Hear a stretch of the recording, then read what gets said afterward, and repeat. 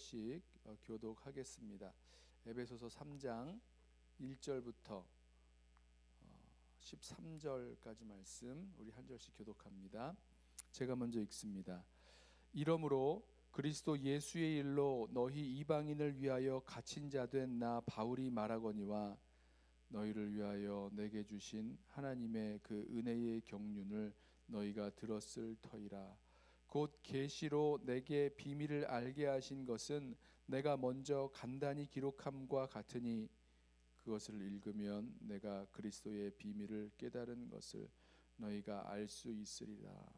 이제 그의 거룩한 사도들과 선지자들에게 성령으로 나타내신 것 같이 다른 세대에서는 사람의 아들들에게 알리지 아니하셨으니 이는 이방인들이 복음으로 말미암아 그리스도 예수 안에서 함께 상속자가 되고 함께 지체가 되고 함께 약속에 참여하는 자가 됨이라. 이 복음을 위하여 그의 능력이 역사하시는 대로 내게 주신 하나님의 은혜의 선물을 따라 내가 일꾼이 되었노라. 모든 성도 중에 지극히 작은 자보다 더 작은 나에게 이 은혜를 주신 것은 측량할 수 없는 그리스도의 풍성함을 이방인에게 전하게 하시고 영원부터 만물을 창조하신 하나님 속에 감추어졌던 비밀의 경륜이 어떠한 것을 드러내게 하려 하심이라. 는 이제 교회로 말미암아 하늘에 있는 통치자들과 권세들에게 하나님의 각종 지혜를 알게 하려 하심이니 곧 영원부터 우리 주 그리스도 예수 안에서 예정하신 뜻대로 하신 것이라. 우리가 그 안에서 그를 믿음으로 말미암아 담대함과 확신을 가지고 하나님께 나아감을 얻느니라. 함께 읽습니다. 그러므로 너희에게 구하노니 너희를 위한 나의 여러 환난에 대하여 낙심하지 말라. 이는 너희의 영광이니라. 아멘. 사도 바울이 지금 옥중에서 이 에베소 교회를 향해서 뿐만 아니라 이제 에베소 교회에 편지를 보내고 그 편지가 여러 교회에 이렇게 회람되게 되어 있습니다.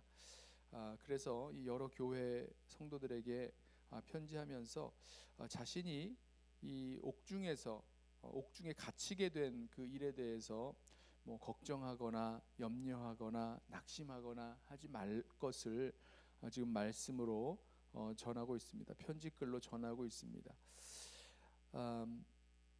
자신이 왜 이렇게 옥중에 갇히게 되었는가? 분명하죠. 예수 그리스도 그 복음의 사도로서 이방인에게 복음을 전하다가 옥중에 갇히게 되었습니다. 자, 그 일로 성도들이 낙심할 수가 있는데 그러지 말라는 거죠.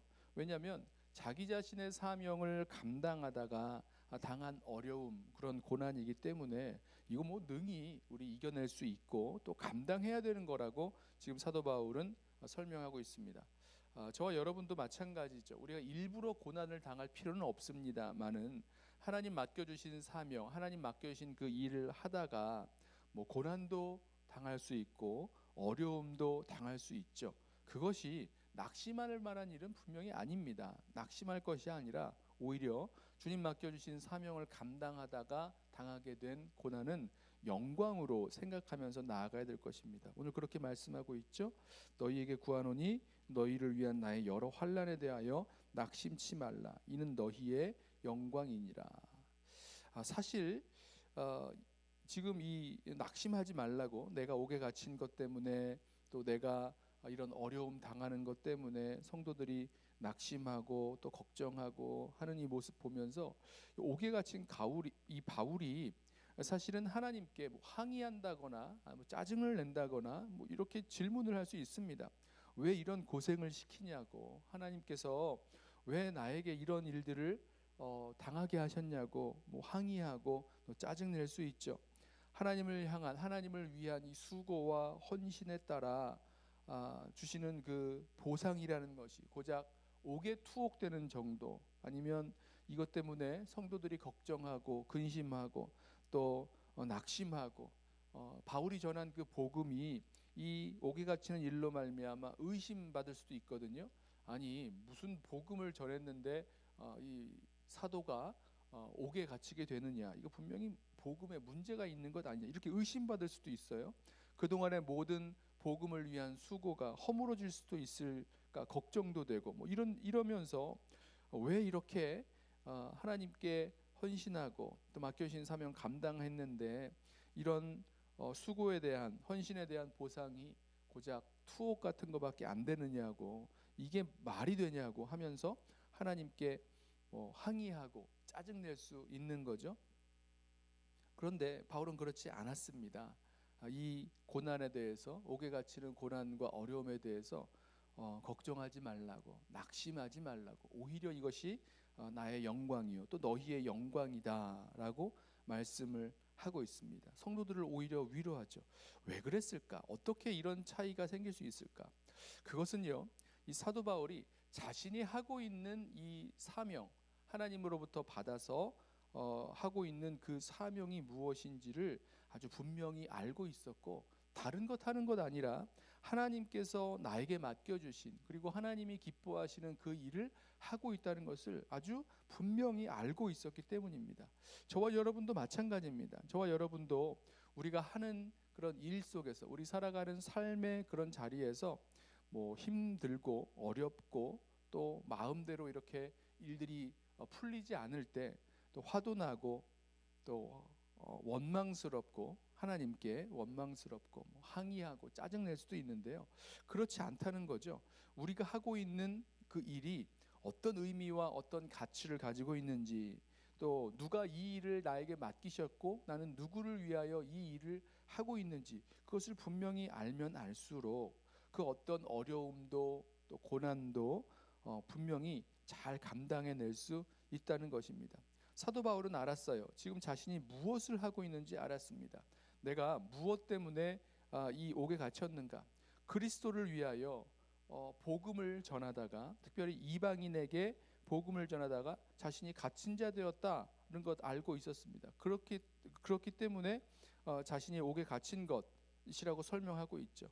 이방인들을 위해서 전한 이 복음, 하나님의 은혜의 경륜이요 또 그리스도의 비밀을 전하는 일이었는데요, 아무나 할 수 있는 게 아니었죠. 누구나 이 사실을, 이 하나님의 은혜의 경륜을 또 그리스도의 비밀을 전할 수 있는 것이 아니었습니다.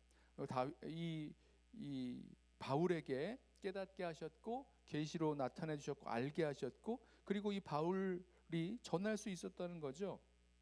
이방인들이 예수 그리스도로 말미암아 그리스도 안에서 함께 상속자가 되고 함께 지체가 되고 함께 약속에 참여한 자 되게 하는 이 복음의 능력, 이 복음의 역사가 드디어 이제 그리스도를 통하여서 이 땅 가운데 드러나게 됐고, 그것을 바울이 맡은 거예요. 깨달았고 그 사명을 맡았습니다. 하나님이 주신 거죠. 그래서 그 복음을 전하다가 이렇게 옥중에 갇히게 되었다는 거죠. 이방인의 사도가 되어 복음 전하는 사명 감당하면서 측량할 수 없는 그리스도의 풍성을 전하고 감추었던 그 비밀의 경륜이 무엇인지 드러내면서 하였던 이 모든 사역.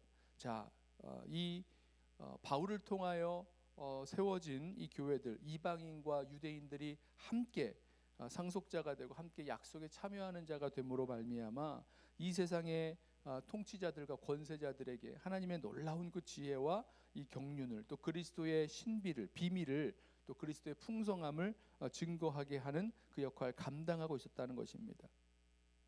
자, 너무너무 분명하죠. 이 위대하고 너무 장대한 하나님의 이 계획과 역사 속에서 이루어내신 이 교회 공동체, 또 이방인들과 유대인들이 하나 되어서 하나님의 그 약속에 참여하게 되어지는 구원의 공동체를 이루어 나가는 이 일들을 지금 사도 바울은 감당하고 있었던 것입니다.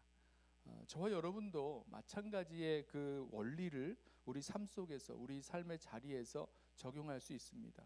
뭐 어떻게 보면 우리의 일상 속에서 아주 자질구레한 일들, 뭐 해도 뭐 티도 안 나고 뭐 안 해도 티도 안 나는 그런 일들 같은 것 하는 것 같지만, 여러분 잘 생각해 보시면 그 모든 일들 속에도 하나님께서 맡겨주신, 하나님께서 담아 놓으신 그런 사명의 그 역할을 우리가 감당하고 있음을 우리 함께 좀 깨달았으면 좋겠습니다. 뭐 가정에서, 또 직장과 일터에서 또 사람들과의 만남과 또 관계들 속에서 여러분 그 모든 자리가요, 우리 곰곰이 생각해 보면 하나님께서 특별하게 저와 여러분에게 맡겨주신 삶의 위치와 자리가 있고 그 가운데 담아 놓으신 하나님의 뜻, 하나님이 맡겨주신 사명이 있음을 우리 기억하기를 원합니다. 그러면요, 우리들에게 맡겨주신 그 일들을 감당할 때 우리가 하고 있는 일의 그 의미와 가치, 또 누가 우리에게 이 일을 맡기셨는지, 또 누구를 위하여 이 일을 하고 있는지 우리가 분명히 알게 된다면 어떤 어려움도 또 당하게 되는 그 고난도 우리가 능히 잘 감당하며 나아가게 될 줄로 믿습니다.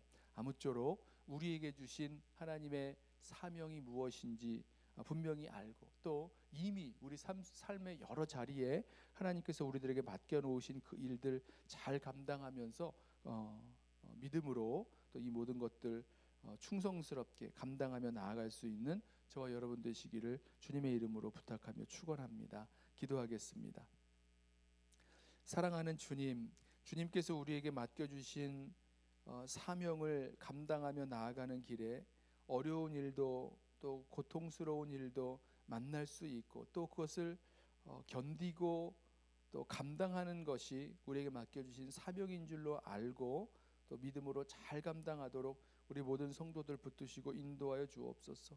사도 바울이 복음 전하다가 투옥되었을 때에 그 일로 낙심하거나 그 일로 원망하지 아니하고 오히려 하나님 맡겨주신 이방인의 사도로서의 그 사명 감당하다가 당한 일이기에 영광스러운 일인 줄로 알고 또 이 그리스도의 신비와 비밀과 또 그리스도의 풍성함과 하나님의 은혜의 경륜을 증거하는 그 역사를 쉬지 않겠노라고 계속 감당하겠노라고 고백하는 이 고백들을 보면서 주님, 우리들도 주님 맡겨주신 사명 잘 감당할 수 있도록 어려움과 고난 가운데에서도 굴하지 아니하고 그 모든 일들 감당할 수 있도록 우리 모두를 붙드시고 인도하여 주옵소서.